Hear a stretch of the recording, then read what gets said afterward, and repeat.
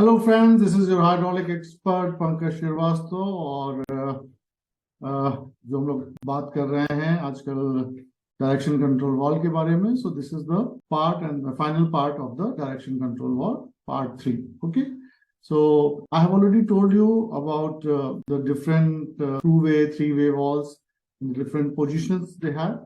But what is main important is what is the spool type inside the direction control valve. ठीक है, तो different centre positions होती हैं, उसके हिसाब से स्पूल्स के नाम दिए जाते हैं.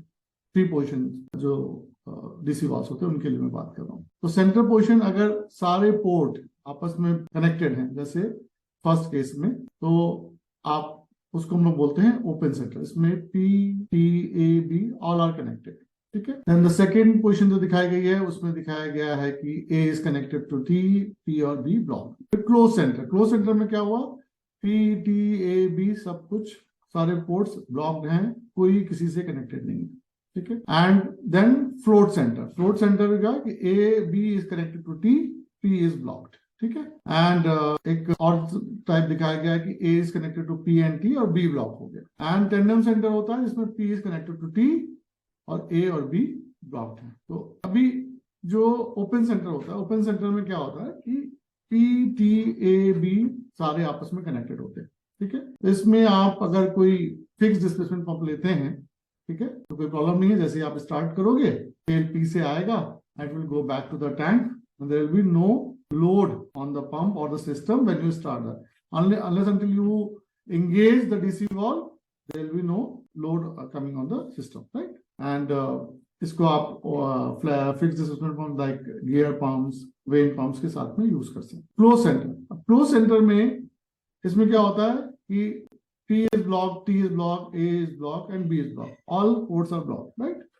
So what will happen? आप जैसे अगर मान लीजिए कि इसमें अगर आपने फिक्स डिस्प्लेसमेंट पंप लगाया तो क्या होगा, जैसे आप सिस्टम स्टार्ट करोगे आपका पंप लोड पे आ जाएगा and will go to the maximum जो भी रिलीफ वाल्व है का प्रेशर है उस पे जाएगा. तो यहाँ पे हमें कुछ ऐसा पंप यूज होना चाहिए जो मिनिमम फ्लो दे, मिनिमम प्रेशर पे डिसएंगेज हो जाए, या variable displacement type pump, something like that should be used. जिसके या मैं जिसको भी बहुत कॉमनली बोलता हूँ कि पंप विद द ब्रेन, जिसमें दिमाग हो पंप के अंदर, उस तरह का पंप इस्तेमाल होना चाहिए. एंड इसमें क्या होता है कि जो सिलेंडर्स होते हैं वो एक पोजीशन में लॉक हो जाते हैं. जिस भी सिलेंडर आपने जैसे सेंटर पोजीशन में लाओगे तो ए और बी पोर्ट आपस में डिस्कनेक्ट हो गए, they both are locked and जो सिलेंडर है वो उस पोजीशन में ही रुक जाएगा. Then float centre, float centre का जो एप्लीकेशन है इसमें पी इज ब्लॉक्ड और ए बी लाइन टैंक से कनेक्ट होती है. तो इसका जो सबसे कॉमन एप्लीकेशन है, आपके जितने जैसे पंप के कंट्रोल होते हैं, क्लोज सर्किट पंप्स के कंट्रोल, वो नॉर्मली फ्लोट सेंटर होते हैं. दूसरा आपका एप्लीकेशन है जैसे पेवर की स्क्रीड होती है, वो फ्लोट कंडीशन में रहनी चाहिए, या फिर डोजर का ब्लेड है वो फ्लोट कंडीशन में रहना चाहिए ताकि वो एक लेवल को मेंटेन कर सके. ठीक है. ग्रेडर का ब्लेड हो गया, उसका जो ताकि उसको ग्रेडिंग करनी है एंड इट शुड नॉट, अगर उसको लॉक हो जाएगा दूसरे तरह का कोई जैसे क्लोज सेंटर लगा दें, या जो पीछे हमने दिखाया जिसमें ए और बी पोर्ट ब्लॉक हो जाते हैं. सो व्हाट विल हैपन कि सिलेंडर एक पोजीशन में लॉक हो जाएगा और जिस हिसाब से सरफेस होगी जिसपे वो मशीन चल रही है, वो सरफेस का रेफरेंस लेकर के ऊपर नीचे लेवल नहीं कर पाएगा, ऊपर नीचे उसी की प्रोफाइल में चलता रहेगा.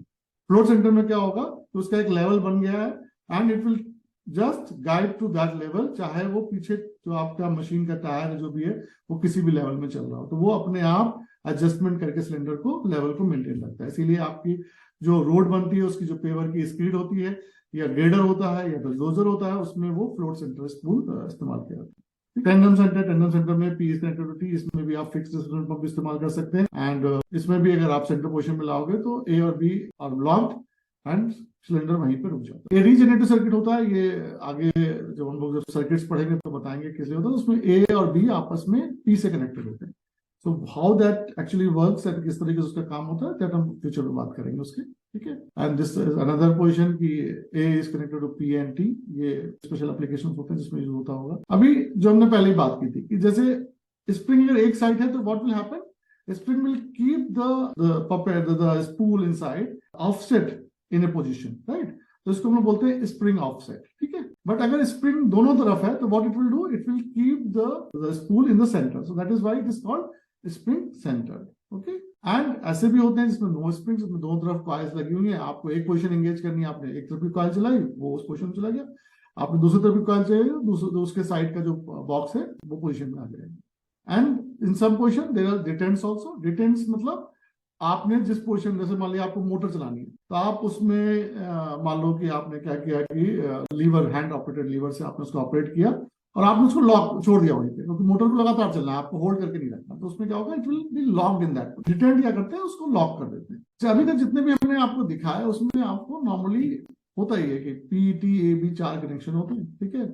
और या तो वो PA से कनेक्टेड होगा, BT से कनेक्ट होगा, या फिर PB से कनेक्ट हो जाएगा और AT से कनेक्ट हो जाएगा, यही होता है, ठीक है। बट सर्किट्स में जब आप दिखाते हैं DC वॉल्स को, ठीक है, तो उसमें दूसरी तरीके से दिखाते हैं, ठीक है। तो अगर मैं यहाँ पे वापस जाऊं, ठीक है ना, तो और मैं आपको दूसरा दिखाता हूँ कैसे सर्किट्स में दिखाते हैं। तो ये मैं आपको एक दिखाने की कोशिश करता हूँ। हमारे पास कुछ सर्किट है, जैसे ये सर्किट है, ठीक है। इस सर्किट में आप देखो तो क्या दिखा रहे हैं कि सेंटर में एक लाइन दिखाई गई है और वो लाइन से तेल is going to the tank, right. तो एक तो ये तरीका है। तो ये इसमें अगर आप देखो, it is not a 4 way, it is basically it has got 6 connection in each box, so it is a 6 way wall, ठीक है। बट नॉर्मल कंडीशन अगर आप देखें तो ये दिखाने का एक तरीका होता है कि जो P लाइन है, अगर हम उसको अलग से दिखाएं कि P टैंक में जा रहा है, तो हम P को T में ले जाएं, फिर उसको फिर वापस दूसरे वॉल में, और फिर उसको POT में दिखाएं। अदर वेज की हम P की एक लाइन दिखा दी जो सीधे टैंक से कनेक्टेड है, ठीक है। सो इस तरीके से हम लोग डिनोट करते हैं। व्हेन स्कीमेटिक सर्किट बनाया था, स्कीमेटिक सर्किट बनाया था, तो उसमें आपको जो वॉल्स दिखाए जाते हैं 6 वेज भी होते हैं। अब इसमें आप देखो, this is your steering wall. Steering wall में भी दिखाया गया, किसमें 6 वेज दिखाया गया, ठीक है। यहाँ पे भी आपको एक लोडर का सर्किट दिखाया गया, इसमें भी जो दिखाया गया, बिकॉज सर्किट को दिखाना, समझाना आसान हो जाता है when you show it 6 ways, okay. तो ये नॉर्मली 4 कनेक्शंस ही हैं, PTAB 4 ही पाइप जाने हैं, अल्टीमेटली 4 वेज ही होता है। बट सर्किट्स में जब दिखाया जाता है तो इट इज दिखाया 6 वेज, डिपेंडिंग ऑन कि कैसे उसको सर्किट को डिनोट करना, how the circuit is going to work, okay. So this is actually it is shown. कुछ लोग कंफ्यूज हो जाते हैं कि DC वॉल दिखाया तो इसने 4 वेज दिखाया था, ऐसे कहते हैं, ऐसा नहीं है, ये इस तरीके दिखाया जाता है तो 4 ही वेज है, वो कनेक्शन 4 ही आ रहे हैं अल्टीमेटली, PTAB, बस, इसके अलावा कोई कनेक्शन नहीं आ रहा है। So this is it, I hope you like it. This was the final part of DC valve, okay. And next अभी हम लोग इसके ऊपर जाएंगे, will talk about flow control valves and then actuators, cylinders and the motors, okay. So see you in the next video. Hope you like it. If you like it, like and subscribe my channel. And if you have any inquiry for training and for hydraulic repairs requirement, contact details are at the end of the video. So please connect with us. Thank you. Thank you very much.